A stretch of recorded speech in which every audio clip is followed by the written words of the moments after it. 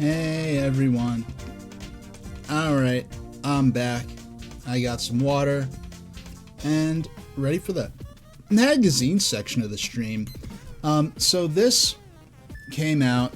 This is a GamePro, and I can't remember me having read GamePro in a long time, if ever, on the stream. But this is from August 1998, so this is right around the time Pokemon's hitting the, North America. And here we've got Sega's new game machine, Okay. Alright, hold on. Actually, why don't I get... Okay, this is... Alright. I just, You could probably hear my mouse, gliding around on my, on a cheap little Go board that I have. That, Oh yeah, this is gonna make this part of the stream go much better.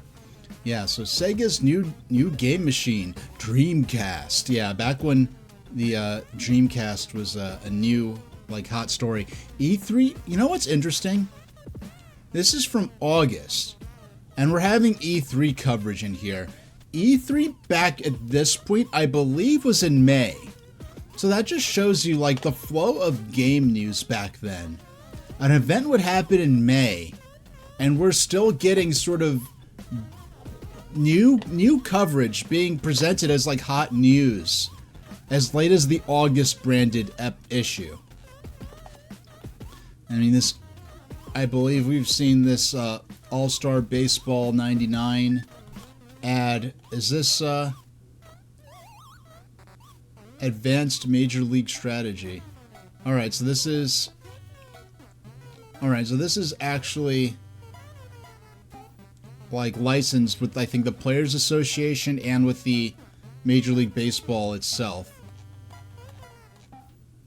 And this ad here, let's see what this is for. Turbo Prop Racing. I never heard of it, didn't notice it even back then. You got some Konami XXL Sports Series, a soccer game. I forgot this existed. I certainly forgot that it was on Game Boy. Is this Winning 11? Is that a Konami franchise? I forgot. Is this the Western version of, branded version of Winning 11? Let's see what this game is. Ninja Shadow of Darkness. I remember, when I actually saw, I think, Mecha Kong playing... No, not Mecha Kong. Jank Jesus playing this game. Formerly known as... I think it was still under Kyle TX500 as a screen name at the time he was streaming this. And it was... I remember seeing lots of ads for this game. It was not kind of what I expected, how this game actually looked. Death a la Modem at heat.net. I wonder what that is now. Yeah, that's... I just remember that being one of those early, some kind of online gaming pairing service, something or other.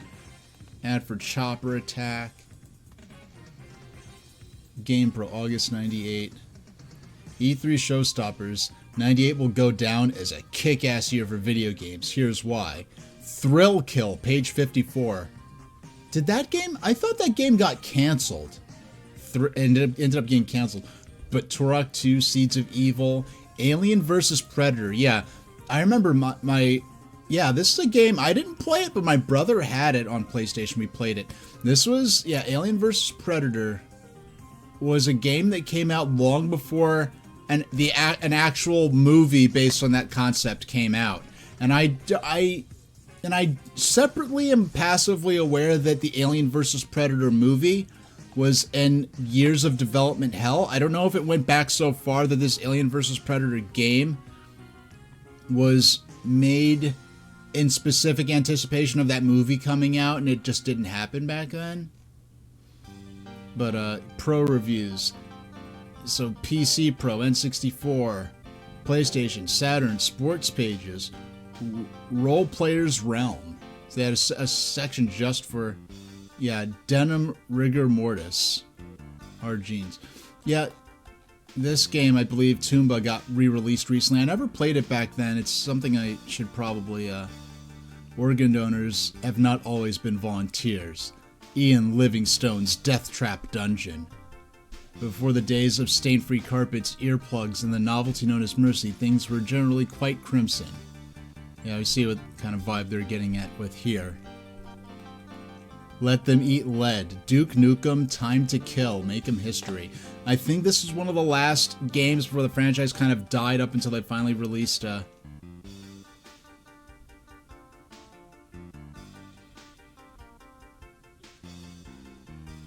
Guys, could you please allow GamePros all over the world to vote on whether Florida should ban violent video games on 15 and get all my games from the US? I can see it now. First, arcade games, then video games.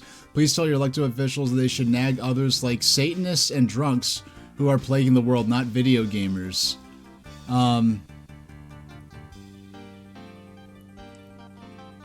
Did I offend thee? I'm a very angry subscriber. Later, I've been seeing an increase in video game violence also. Stuff I find evil and sacrilegious has been appearing in your magazine. The classics are not the ones where people get their brains splattered out all over the pavement. Look at Gex, Donkey Kong, and Mario 64. These aren't violent games, and yet they beat the rest in fun factor. And some of the ads in your magazine are stupid and offensive to my... It's like incredible. Like, the fact that this is as it's the fact that someone would actually feel this way and write in is one thing. The fact that it's just as likely a troll makes it way more disturbing to me. It's like weird. It's like, let's look at Gex, a smart-ass lizard that most religions would find abnormal, if not sacrilegious. Donkey Kong, a mad gorilla that kidnaps a young woman and then throws flaming barons at a rescuer. And Mario 64, an out-of-work plumber who battles the mushrooms. The point... So it's like, I've like heard like secondhand of some of like a GameStop employee, because like especially in like the mid to early to mid 2000s, I'd hear, and I'm going on the official Nintendo forum, I'd hear a lot of stories, because Nintendo used to have, in a way, like a forum where people would just come and talk about Nintendo and video games. Nowadays, that forum still exists, but it's strictly for, like, I could still log on there with my credentials, you know, dating back to like 2002 when they originally opened their forums, and like log in, but it's only tech support stuff now. But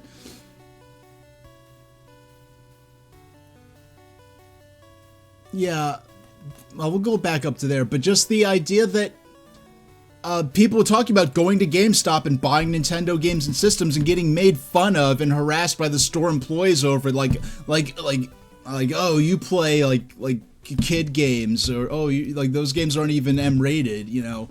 But you don't really hear. But I also heard in one case more recently of the opposite, where someone was buying some M-rated, I think it was specifically a GTA game, and the employee got like all offended and was like telling them off for buying.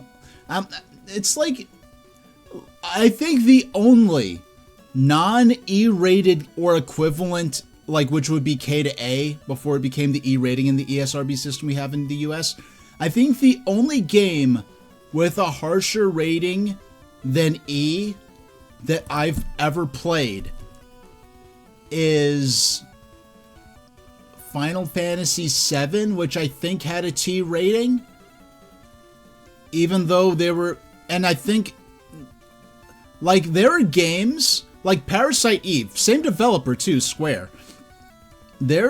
Parasite Eve had slightly more, like Final Fantasy VII, the characters effectively look like little Lego figures, but Parasite Eve was only very slightly, it had more realistic graphics than FF7. But there was like in a purely medical context, like in a hospital, they mention a sperm bank. And for that alone, Parasite Eve got rated as an M-rated game.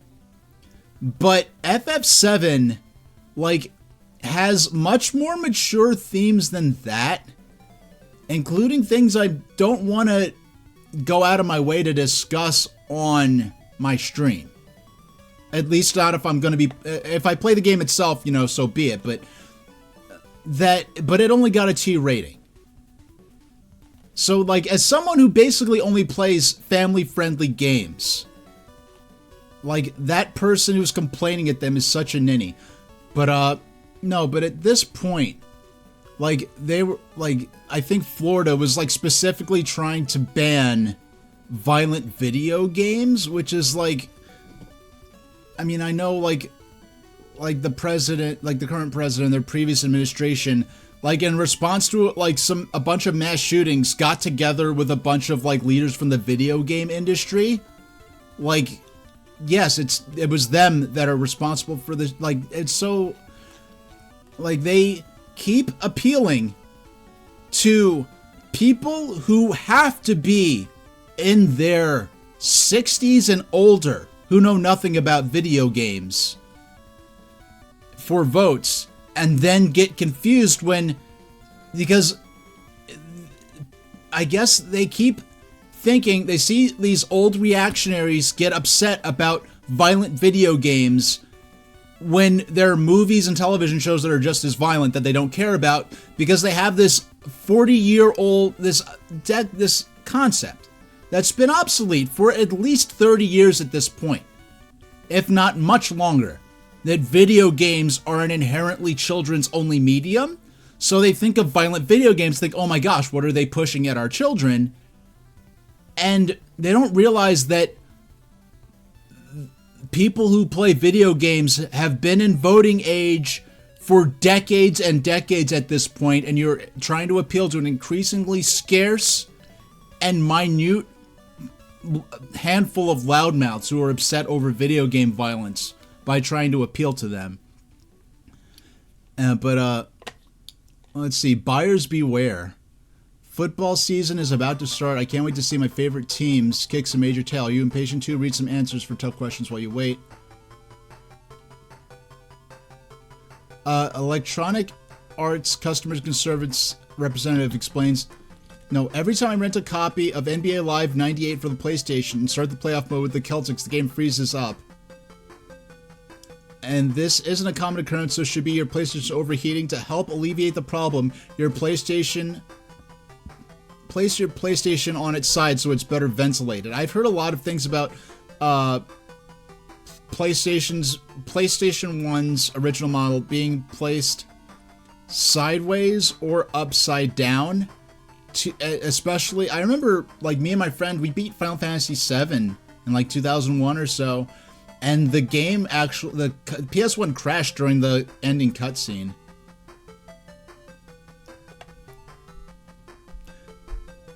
And question, because of an accident I had when I was young, I lost most of the dexterity in my left hand. My ability to use the analog stick of the N64 controller is inhibited. I was wondering if Nintendo is going to make a right-handed controller. I really love the quality of some N64 games. I wish I could play them.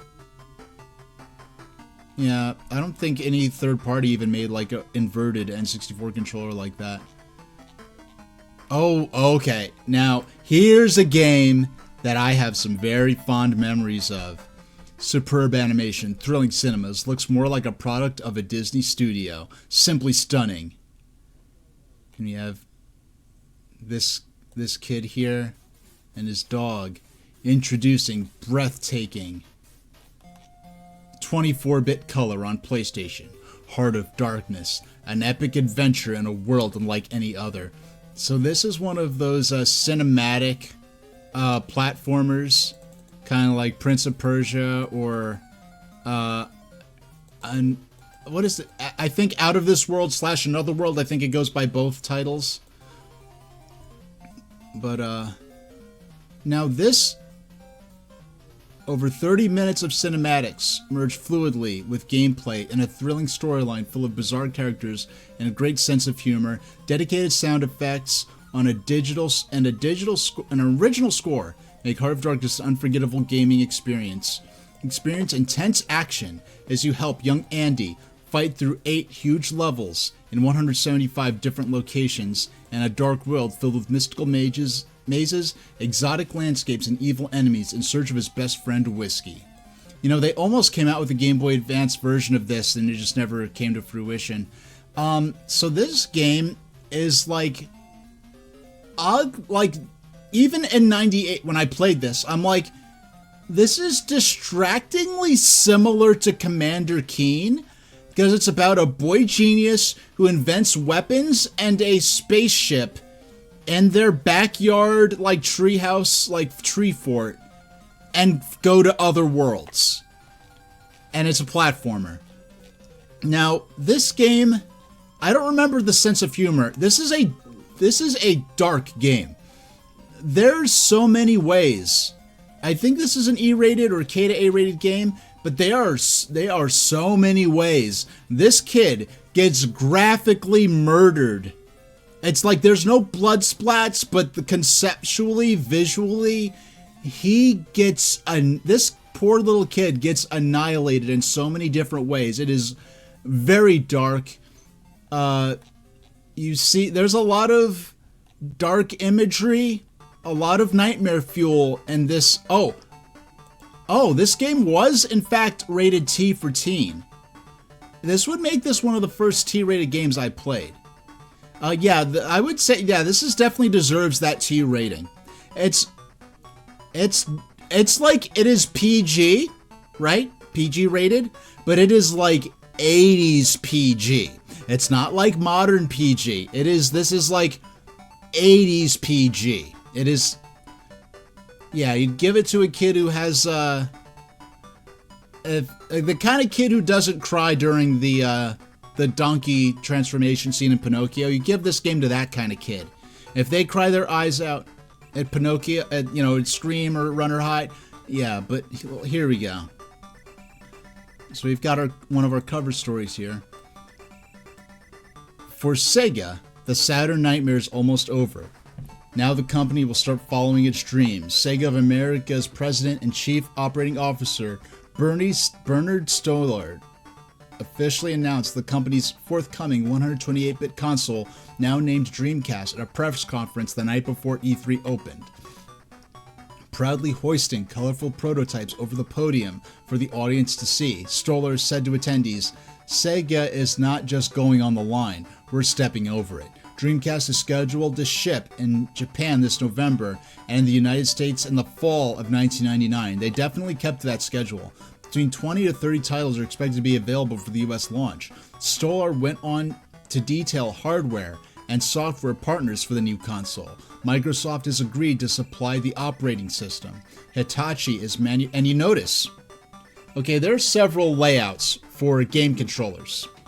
Nintendo, who has the first to have that sort of diamond format, you'll have the X at the top, A at the right, B at the bottom, and Y on the left. So XABY. Now, when Sega did their Knights controller, and of course Mega, I'm glad you were here for this, Mega Kong. I knew you. If you weren't here for this, I definitely would have recommended this on the VOD for you. But you notice when Sega, I think they first did their 4-button controller layout with the Saturn. It might have been with the Knights 3D analog stick controller, but the Dreamcast controller, instead of XABY as with Nintendo, it's YBAX. And you notice partially I think because of the entanglements between Microsoft and Sega around this time, with them, working with them on the Dreamcast. And I believe there was a point where Xbox was theoretically going to be able to play Dreamcast games. Notice Microsoft's Xbox controllers have the YBAX format for their button layout, and not the XABY that Nintendo uses.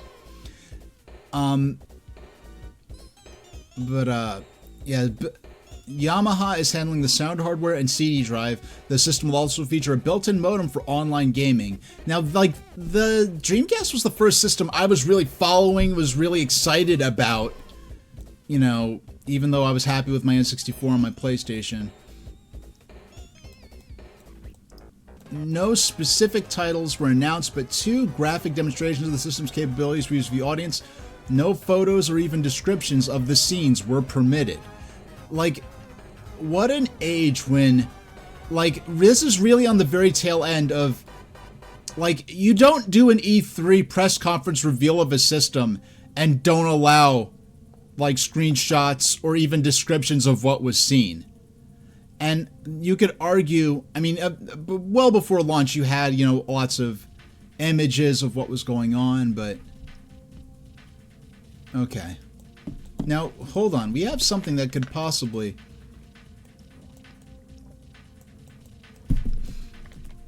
VM Labs. Huh. VM Labs has released solid facts... we had to zoom out. About its super secret game system, Project X.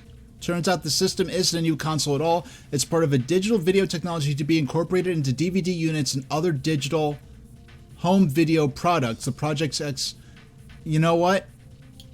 I think this is what ended up becoming the Nuon. This is what became the Nuon. And the funny thing is that the idea of some project, a game console project in Microsoft codename Xbox, was floating around well before they actually announced and confirmed the existence of the system. So I thought this might have been referring to that at first, but no 64DD until 2000? No, it came out in like 2001 in Japan only. Things are looking less and less stable for the N64 disk drive. At E3, Nintendo of America President Howard Lincoln said that he expects a Japan launch before the end of the year.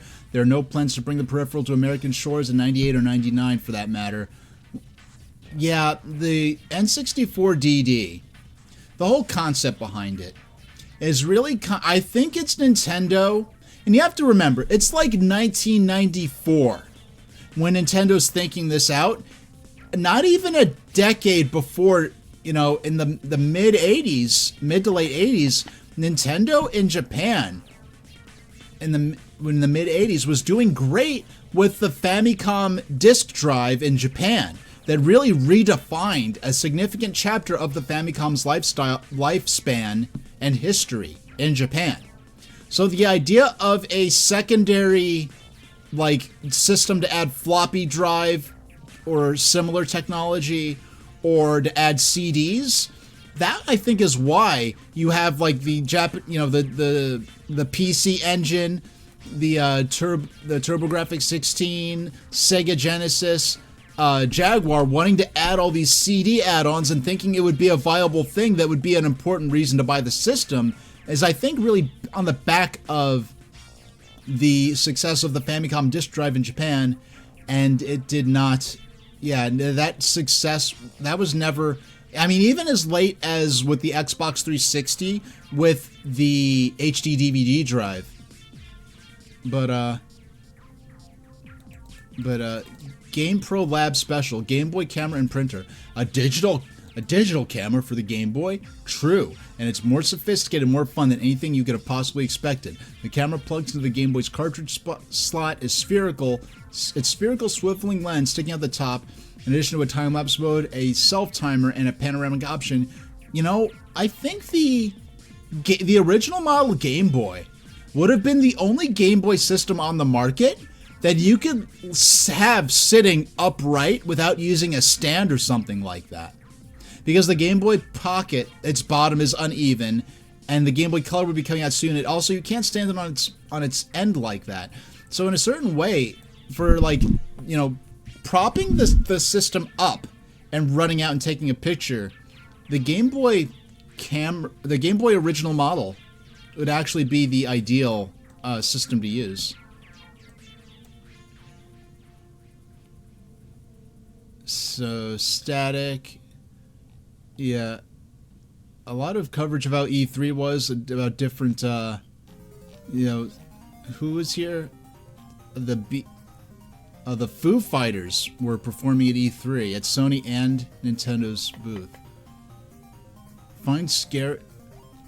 We have a comments here. Konami. That Konami sports game. Oh, we have different, I guess. Net Pro. As amateur programmers create their own modifications, Quake 2 is changing for the better. So we have like, yeah, the online modding scene for Quake 2. You know, beginning of, you know, what we'd see later on with stuff like Gary's mod and the like. Cherry Coke instructional series. Looks like we have an edgy... edgy. I forgot about this, actually. Look at how Cherry Coke was presented back then. Like, just the logo for it. It's like, they totally moved away from the traditional, like, you know, Coca-Cola styling with Cherry Coke back then. And Mecha saying they know they'd buy a lot more Nintendo if the Foo Fighters told them to. Yeah, you know what? I wouldn't be able to identify a Foo Fighters song for a giant check with $1 million. For $1 million. I don't know nothing about the Foo Fighters except that they existed in the 90s. So the cutting edge Sega awakens with Dreamcast. And my dad, who was a gamer at the time, like, you know, I used to watch him play Star Fox 64 and get further than I ever could, but he would... So it's not like a total outsider does something. For some reason, he consistently called the Dreamcast Dream Skate. And I don't know why he thought it was called that. He would say, like, instead of Dreamcast, he would say Dream Skate. And he wasn't making fun of it or trying to make a joke. He genuinely, for some reason, thought it was called a Dream Skate. But Kalakaboy is saying, what are my thoughts on the new Nintendo of America president, Devin Pritchard? I have no thoughts because this is the first time I've even heard about this. I know Doug Bowser left, and I think he's at like some toy at Mattel or Fisher Price or something like that now. But yeah, I did not know that the new president had been named and announced. Yeah, so I can't give any comments or opinions on something I know nothing about. But, yeah. 2... It seems that just as the current next-gen video game systems are hitting their stride, the next-gen systems, and the eve of E3, and it's interesting, they always style the 3 in E3 as a cube, as like a cube denotation in mathematics. But, Sega, along with a respectable team of platform partners, including Microsoft, no surprise, and NEC, announced the arrival of its 128-bit system called Dreamcast. The system is slated for release in Japan on November 20th and the US during the fall of '99. Details are scant, but what's surfaced so far is impressive. Dreamcast will use its 128-bit. That was a big breakthrough at the time. A RISC processor, independent 3D graphics engine, a dedicated 3D sound chip. The RISC Central Processor is a special version of the Hitachi SH4 chip. Reportedly, the Dreamcast Hitachi can perform the floating point math necessary for 3D gameplay at speeds 4 times faster than a Pentium 2 chip. The graphics will also get a big-time pop from Power VR 2 3D accelerator, custom designed for Dreamcast by NEC, and Video Logic, which can push 3 million polygons per second. Not bad considering Sega's own Model 3 arcade machines can pump polygons at 1 million per second. So we're already this is where we're getting to the point where what's possible in home consoles is starting to match or surpass a lot of the standard arcade units. But a Dreamcast operating system is a version of Windows CE, also custom designed this time by you-know-who. They're on 16 megabytes of system RAM, a 12-time CD-ROM drive, and a 64-channel Yamaha Super Intelligent sound chip. You might be convinced to shell out the asking price, apparently around $250. As though this weren't enough, Dreamcast has a built-in 33.6 kilobits per second modem, good enough for internet access and network gameplay. You know, at this time, about 2 months after, around this time this magazine came out, I got my first internet-capable home computer, which was an iMac, an original model iMac, and it having a 56K modem was kind of like a, whoa, you have the fastest modem available. I believe they upgraded the modem to 56K, the built-in Dreamcast modem, by the time the system actually went to market. Alright, so under control, 4 mounted controller ports, similar to the Saturn 3D control pad, which, a lot of people at the time just called that the Knights controller. I wonder why they chose to use a red controller and VMU and a white console. But the system also supports a quasi-personal digital assistant called the Visual Memory System, VMS. They ended up calling it the VMU. That's roughly the size of a credit card. VMS has its own monochrome screen action, but buttons and directional pad. It's made to allow gamers to put game data in head-to-head games. For example, in sports games, gamers could call plays without revealing their picks to opponents. VMS will also support its own standalone games too. In fact, the Japanese version will have a Digimon-type game starring Godzilla. Yeah, the VM... Now, mind you, I did not own a Dreamcast, and I only got to play it at my friend's house a couple of times. But the idea of the VMU here, this little device, being somewhat of a system, the memory card being a system unto itself, having asymmetrical gameplay, not that I knew that phrase at the time, where I could be managing different aspects of the game on the controller screen. That's something that excited me about Dreamcast. It excited me about Game Boy Advance to GameCube connectivity. It excited me with Nintendo's Wii U.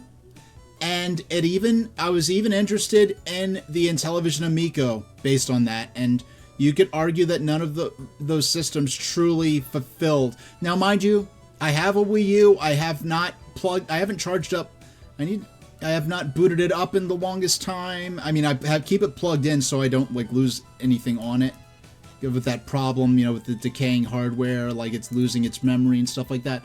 But I do keep it plugged in, just powered off. But yeah, I haven't properly played through the Wii U library to get those dual screen experiences. When I play Wii U, perhaps I'll go on webcam for that and not use a model, and have find a way to rig up a secondary webcam to to show my gamepad screen. But yeah, the Intensor seat. I believe it had special speakers as well as vibration. So you have vibration electronics unit.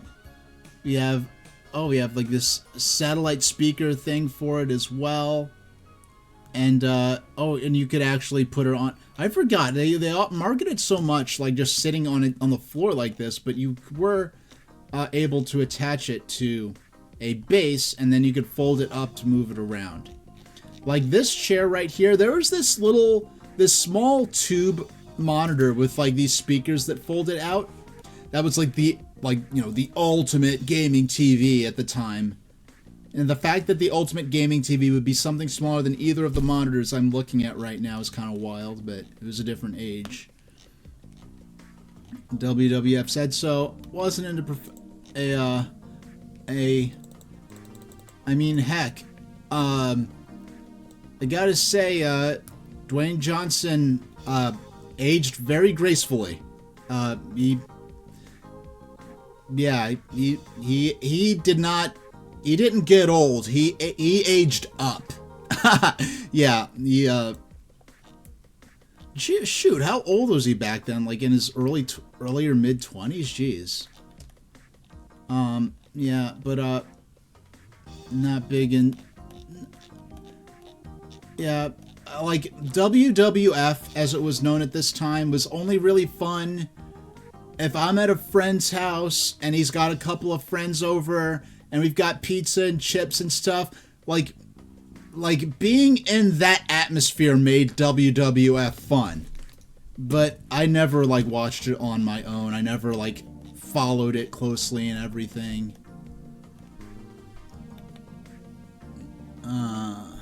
So we got E3 coverage here. E3 Seeds, Turok 2 Seeds of Evil, Legend of Zelda Ocarina of Time. For those of you who've waited patiently for Zelda's release on N64 are going to find the wait was worth it when this hot title hits store shelves later this year. In his newest adventure, Link has gone the Mario route, featuring total 3D platform action. He runs, jumps, swings a sword, and even rides a horse, which is a lot cooler than it sounds. The hybrid... Oh my gosh. Again, the hybrid action RPG theme promises to deliver hours of excitement. Like, I'm sick of it. I get into so many arguments, like, especially on the IGN forums, when people, like, go off on me, like, you idiot, why would anyone call Zelda an action RPG? No, and I'm saying, like, yeah, back in the 90s, it was commonly considered an action RPG as its genre, and then like no, that was you're rewriting history. No one called Zelda an action RPG. It doesn't have experience points. It doesn't have turn-based battles. Like, why would anyone call Zelda an RPG? And time again, we've seen in the 16-bit era and in the N64 era, consistent descriptions of Zelda as an action RPG, and people say, I'm rewriting history somehow by actually calling it an action RPG, or even saying that at the time it was considered an action RPG. And when I pull up, like, because I would pull up examples from EGM, because I was more familiar with EGM. I actually was subscribed to that at this time, whereas GamePro I would maybe read at the library sometimes. But and I would say, look, here's an actual, like, screenshot I took of this PDF from EGM saying, look, Zelda, like, finally the first RPG for Nintendo 64 or something to that nature. They'd be like, oh, that's just a personal quirk of EGM. Like, people in general didn't think it's an RPG. No, now we have GamePro 2 examples in GamePro. It was in and I won't speak for all of North America. In the United States, in the 90s, Zelda was commonly, and to the point where I would consider it, like, standard and typical, described as an action RPG. Like, I remember magazines, like, comparing Ocarina of Time directly to Final Fantasy VII, and there was no sense that was an unreasonable comparison, because we're comparing the biggest RPG on PlayStation with the biggest RPG on Zelda. Yeah, on N64. and Mecha calling chat saying, this is clearly edited. You know, with Mr. Kojima peering behind his glasses. But yeah, Perfect Dark. You know, it's funny. I think of Zelda Ocarina of Time, I think of Perfect Dark as being in such a different era, so much later in the N64's life than Zelda Ocarina of Time. But, like, no, like, we're at E3 side by side with one another. You see that F-Zero X, Buck Bumble, Looney Tunes. Yeah, back when a Looney Tunes game could even be taken seriously as a major game to cover at E3. But we've got our edgy WWF Warzone ad. Fighting Force. Now here's a trip. Yeah, 12 Tales Conker's Quest. Although it looks polished and well played, Conker's Quest for Nintendo is such a cute action platform game that you may shy away from it. How cute? Pour a pound of sugar on Banjo-Kazooie and you get Conker. Yeah, we all know how that turned out. Due this fall, Alien Resurrection. Yeah, this is another game that I watched my brother play. Yeah, Thrill Kill. I believe this got canceled. This was a violent, edgy fighting game, ended up getting canceled. I don't know to what extent it got canceled, because, like, oh, it's too controversial. Like, oh, please. Like, compared, like, this getting canceled potentially because it was too controversial, if that's even what happened, I forgot.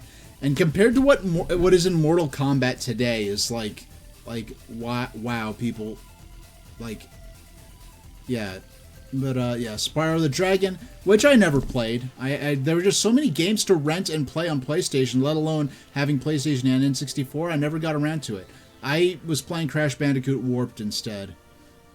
Now, Rival Schools. This is like sort of an anime sort of vibe fighting game. I remember there being like I remember the main story mode if I remember this correctly, I think the main story mode of this game got cut from the Western release of the game. I guess because maybe just translating and localizing it was like it would have added too much to the cost of development. I think it was called School Life mode. Yeah, Rival Schools looks like another perfect arcade to home translation. Yeah, so Oddworld's Abe's Exodus. I need to play Oddworld on, Good and Tasty on the Switch. Small Soldiers, Indiana Jones and the Infernal Machine, which I understand started off as like a kind of themed around, or sort of taking after Tomb Raider, but ended up sort of borrowing copying some of Ocarina of Time's homework and benefiting tremendously for that. Brunswick Circuit Pro Bowling. I actually played the demo for this on PlayStation, on a PlayStation Magazine demo disc. And it was it's funny, I had PlayStation Magazine, but I basically just subscribed to it for the demo discs and didn't read the magazine. So reading through that would be a truly new experience, but I'm very nostalgic for the demo discs. Pac-Man 3D, this ended up being... Okay, actually no, let me check that. So Pac-Man 3D, I believe this could be what became Pac-Man World, but it's possible that this could be a canceled game called Pac-Man Ghost Zone. And I believe only within the last year or two, some beta material leaked from the work in progress scrapped Pac-Man Ghost Zone, and that a lot of people were very interested to finally get a glimpse at. So Final Fantasy VIII, this was around the first reveal of that game after the triumph of FF7. With Squaresoft's official announcement that Final Fantasy VIII is coming to the PlayStation, the most popular role-playing franchise of all time is back. The characters appear larger and more realistic than in FF7. And one of the coolest, most anticipated gameplay changes will be the ability to see your whole party on the battlefield during fights. Looks like another fantasy come true. No, I know what they mean, but they actually said the opposite of what they meant. I think they mean to see the whole party during the world, navigating the environments. But all I ever played with this was the PlayStation Magazine demo of FF8. And Mecha Kong in chat saying that the FF8 is doo-doo. I wouldn't know. I just remember playing the demo for FF8, which had music that Nobuo Uematsu apparently effectively shamelessly plagiarized from a major Hollywood movie. And so it was replaced with a different track different but similar track for the retail version. So when I went to VG, when I went to go look for MIDI files from FF8, the only track I wanted was that cool track from the demo that I know was during I guess the opening scene and the first mission. And the track sounded kind of similar, but I'm this isn't what I remember. The melody's totally different. And only years later did I find out what was going on, that the demo used different music that was basically plagiarized from a major Hollywood movie, and I can't believe they got away with it even just for the demo. But PlayStation, Tomb Raider 1 and 2. Yeah, Whoop Ass, grade A. It's 10 ounces. Yeah, 90s advertising, what are you going to say? Rush America. NFL Extreme. Yeah, back when there were NFL games that were not EA. What an age. Yeah, Ubisoft. An edgy ad from Ubisoft. Back before they became EA Light. Gex Enter the Gecko. I rented this once or twice. Didn't leave a strong impression. But I know I didn't enjoy it as much as... I remember seeing Gex on 3DO.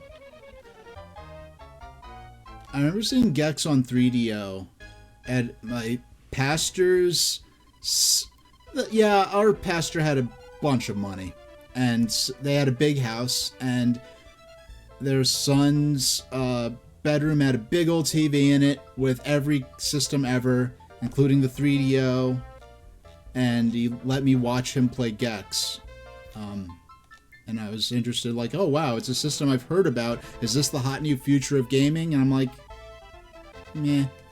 And I know one thing I thought was really cool that he showed me on his 3DO is when you put a regular CD in it, it would show like a vortex type like thing on your screen. But Mecha is saying FF8 is not doo-doo, but they don't click with it. Alright. Well, he doesn't like it. I never played it. I'll be honest, the only numbered Final Fantasy game I've spent any amount of time with is actually F7, and I'm not ashamed to admit that. I'd like to play Mystic Quest, when I say I want to play FF Mystic Quest, I don't mean ironically. I want to actually see its take on how to try to have an entry-level, old-school 16-bit RPG aimed at in a market in which RPGs were considered like overly like intimidating and how complicated and stuff they were. So look at this.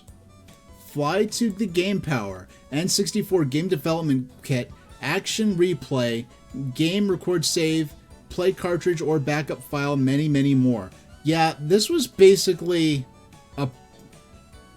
this is effectively a piracy device for your N64 that let you copy games to floppy disks. And you just have it just flat out taking up ad space in a major gaming magazine, because that's how things were back then.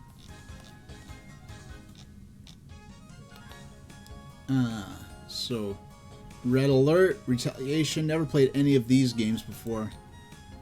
But I know, I just know the graphics look similarly. This really does look like a PC game. More, I guess more so than I would have expected. Like if I saw these screenshots out of context, I would have guessed they were from an early 90s PC game, not a late 90s PlayStation game. But for the genre and the type of game this is pretty much like reasonable and expected.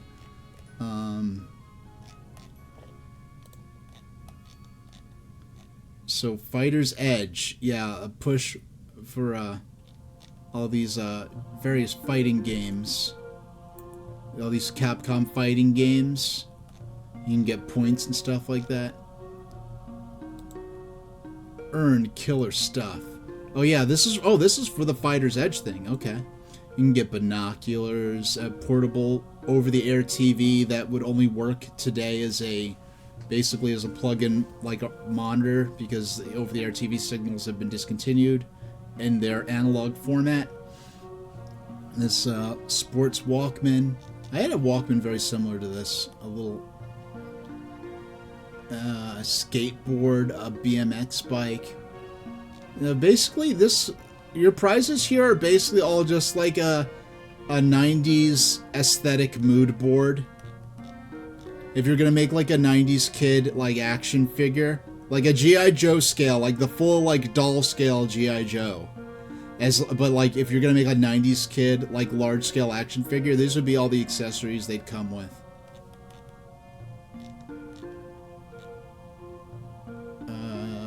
Okay, so we got a lot of PC games here. Can't really comment too much on Mortal Kombat 4.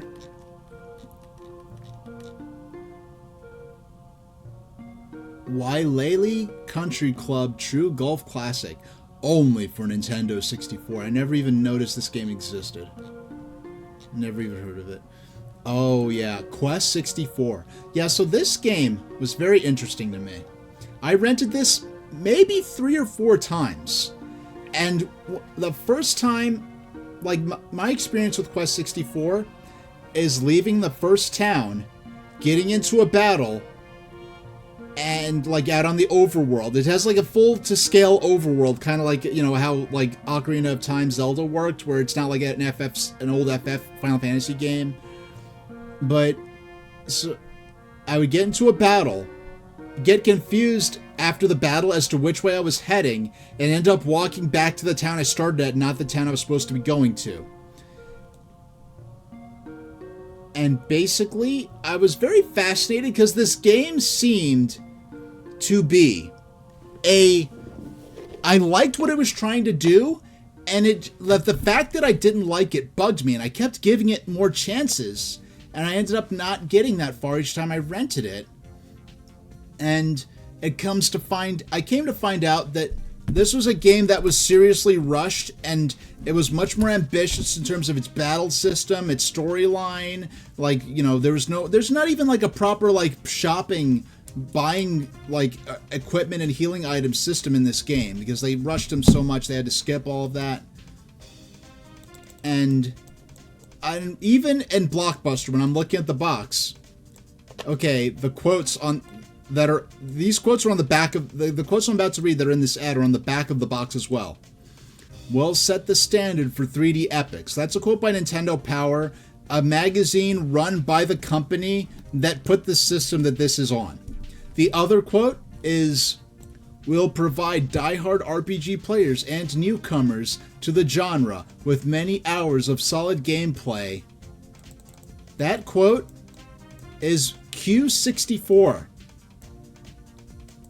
That's the game quoting itself for a recommendation. That's really bad. Alright? You have the game itself quoting itself for a testimonial. Incredibly sweet graphics, EGM. Yeah, probably incredibly... Aww. Oh, look at that wolf. He looks so sad. He doesn't... It looks like he's just beating up this poor animal. Yeah, this is Quest 64. I rented it a few times. Yeah, Quest 64 is actual doo-doo. But here's the weird thing. And I always thought at the time, Quest 64, like there's a non-N64 game that in this series. Okay, so there is... Now, Mechacon, I don't know if you're aware of this. There is a European exclusive Game Boy Color demake of this game. It's the same game, like shot for shot. Like, they just recreated this game in as though it came out on... It plays like a Game Boy Color port for a non-existent NES game. Yeah, like that's what the Quest GBC Quest game, that's what it is. Except, now here's the thing, okay? I got a game called Quest for Game Boy Color. And I thought it was going to be that, but it's not. They also made a game called Quest featuring this dork right here, Brian. It's a game featuring this character called Quest, but it's an arcade, it's a direct ripoff of the arcade game Mr. Do. So it's a single screen score attack arcade game featuring this character, and it's just called Quest. And it is like, why does this exist? Just to like make it more confusing as to which game I'm buying. So I got rid of it. Either that or I lost it and don't know where it's at anymore.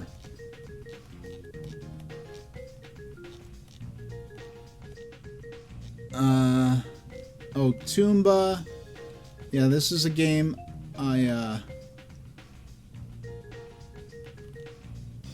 sound, graphics, This is a game I believe is available on modern systems as a download, and there was a limited run, like, physical release of it. Yeah, Jersey Devil. Yeah, like, this game annoyed me, because I grew up in New York. I'm familiar with, like, Jersey Devil lore. This is not what I think of when I think of the Jersey Devil. When I think of the Jersey Devil, I think of, like a bipedal, like, horse monster. So, Video Game Survivor's Guide. What is this? Oh, Gangstream Saga. You know, this is one of those games that... If this is the game I think it is... It's a game that looks like the look and feel of this game is something I would have expected from an earlier PlayStation game, and it's also a game that I'm kind of surprised got localized. I'm glad it did, though. Oh, and Mecha Kong, it turns out I believe the Game Boy Color like 8-bit demake of Quest is called Holy Magic Century in its European release. And I don't know, it may have come out in Japan as well, but as far as an English language version, it's Europe only. Azure Dreams, I remember. Yeah, we have this RPG section. Yeah, so I remember this ad. This ad was also in EGM's summer issue. Their summer special, which had an emphasis on handheld games for, playing in the backseat of your. But country life's never been so addicting. This is the first time I heard of Harvest Moon, and I was interested in this, and Legend of the River King. Never got to play it or even rent it. But Legend of the River King is the first and only game that combines the action of a fishing game with a dynamic RPG story for a unique game experience. However, there's a catch. A catch, okay. Instead of fighting with the usual bunch of monsters, you battle with 40 different species of fish, but this isn't drowning a few worms for fun. You're on a quest to save your ill sister. The only chance to save your sister is to reel in the magical guardian fish. To land this whale of a fish, you'll have to travel the land, selling your prized catches for money. Only after buying the best equipment and gaining experience you'll be able to conquer this trophy catch. With hours of exciting gameplay, once you play Legend of the River King, you'll be hooked. I never played a fishing game. Hey, Game Boy Guide to the Galaxy. Hiya there. I'm Super Train Station H, autistic gamer and writer. Yeah, so we're playing Pokemon. But for this hour, which is actually almost up, as I do 5-minute breaks in between hour segments. So for the first 2 hours, we're playing Pokemon Red.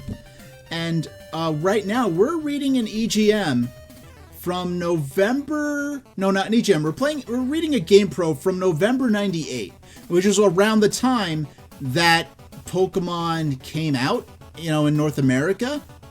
And if you look at my VODs on YouTube, you'd have to do exclamation point. Actually, I could do it. I think. There we go. Yeah, there we go. So there are my VODs. But if you look at when I started this is the 3rd calendar year I've been working on Pokemon Red, because I started it back in 2001. I started back. No, not 2001. I started back in late 2024. And then I had to take some time off to work on a project. And so now here I am I'm almost up to Fuchsia City. We're on the route between Lavender Town and Fuchsia City. We're almost at the end. But I never played an actual fishing video game before. I've played fishing mini games in Legend of Zelda Link's Awakening. I played Legend of Zelda, Ocarina of Time's fishing mini game. I was forced to fish in Twilight Princess, but we don't talk about that. Yeah, so are you into Game Boy in general? Game Boy Guide to the Galaxy? Or Legend of the River? Oh, that's a good one, huh? Yeah, I've been I don't know if you saw, but I remember I've been seeing this ad back in 98 and wanting to play this game, but none of the stores had it, and I never saw it at Blockbuster to rent. But so we're on the tail end of this magazine. Only a few, Crime Killer. I never remember this game. But this is a magazine, a particular issue I didn't have. I like to read, the manuals. I like to look at any VHS promotional videos when they're possible. Yeah, and this is back when having lots of codes and walkthroughs for games were still important in gaming magazines. This is an important reason to buy and subscribe. Especially games like Mortal Kombat, where you have lots of complex moves to input. But yeah, I got my first game, and I started back in 2020 when I first started streaming on Twitch. My first modern video game was Sonic the Hedgehog on Game Gear, and my childhood copy was the one I was able to play as my first game I ever streamed here on Twitch back in 2020. I'm using an analog pocket, but you don't need fancy equipment and specialized, you know, like high-end solutions like an analog pocket to play retro games. You play it in whatever way that gives you the experience that you want and that you have access to. But I personally happen to have a large library of physical cartridges because I got them back when they were just old and not, you know, collectible. Like my NES. I got my NES from my neighbor's garbage in '98, which at the time would be like finding a PlayStation 4 just sitting on top of your neighbor's garbage. So that calls it for the hour. And right about now is, well, I'll show you. Since I am about to take my 5-minute break to get up and stretch, because unfortunately I'm just not physically able to sit for like 3 or 4 hours at a time. So I do an hour, it's 5 minutes, then another hour, 5 minutes. But if we check out my layout here, yeah, so this is how I play my games, and Mecha Kong provided the little light graphic. But if we yep, so this is how I actually play my games. I like to I could have it larger, but I just like to have some sense of, you know, playing in the backseat of my mom's car, coming home from the, any hidden gem games that Game Boy Guide to the Galaxy would recommend. I mean, with a name like that, you know, it implies a certain level of expertise, and my Game Boy collection, it's funny, I got my Game Boy in 1995, and in spite of, but I never heard of Balloon Kid. My first game I played was Super Mario Land, but I never played or heard of Alleyway until years later. I never heard of Balloon Kid. I mean, the fact that there's a full-fledged platforming sequel to Balloon Fight and that was a Game Boy exclusive and a US exclusive is such an odd thing. And around 2007, when I first heard of Balloon Kid, I was like, are you kidding me? I had no idea that this game existed.